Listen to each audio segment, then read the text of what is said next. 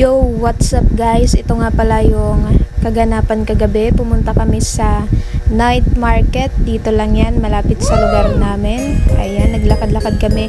Nakatuwa lang guys dahil unang gabi pa lang napakarami nang pumunta. Yan, dito naman guys ay may nakita kaming salamin. Syempre, picture dyan. And then itong pinsan ko may nakitang beanie. Bibilin niya daw yan. Di naman kasya sa kanya. Ayan, di ko alam dyan sa part 10 ba't sila tuwang-tuwa. Tatawid lang naman sila. Tuwang-tuwa sila. Yan, yung aking mother. Tapos dito guys, naisipan ko, parang pwede to kay Biboy ah. Ayan, si Biboy. Pwede. Labubo na dress pang bata.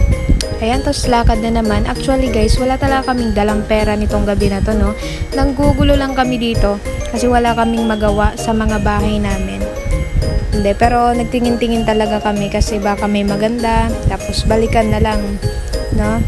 Tapos dito meron kaming mga nakitang mga pambata sa mga pamangkin natin dyan, mga inaanak na babae. Ito na yung mga hinahanap nyo. Mura lang yan dito sa amin guys. Nasa hindi ko alam na place. And then dito naman, yan, hawak-hawak na sila. Pero itong si Belle naman, di ko maintindihan. Ang hinawakan ay yung kotse, imbis na yung mga Barbie, no? Dito guys, marami kaming nakitang mga labubu doll. Ayan, na mga ginawang bag, wallet, at kung ano-ano pa. Napakarami guys. Tapos lakad na naman kami. Ito, di ko alam.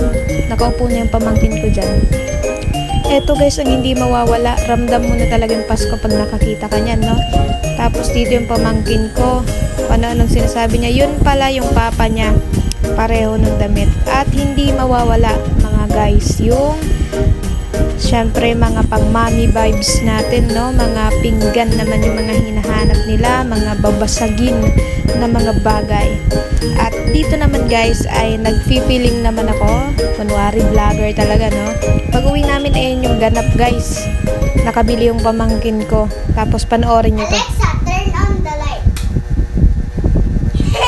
Diba? Angas. Yo, what's up guys? Ito nga pala yung kaganapan kagabi. Pumunta kami sa night market. Dito lang yan, malapit sa lugar namin. Ayan, naglakad-lakad kami. Nakatuwa lang guys dahil unang gabi pa lang napakarami nang pumunta. Yan, dito naman guys ay may nakita kaming salamin. Syempre, picture dyan. And then itong pinsan ko may nakitang beanie. Bibilin niya daw yan. Di naman kasya sa kanya. Ayan, di ko alam dyan sa part 10 ba't sila tuwang-tuwa. Tatawid lang naman sila. Tuwang-tuwa sila. Yan, yung aking mother. Tapos dito guys, naisipan ko,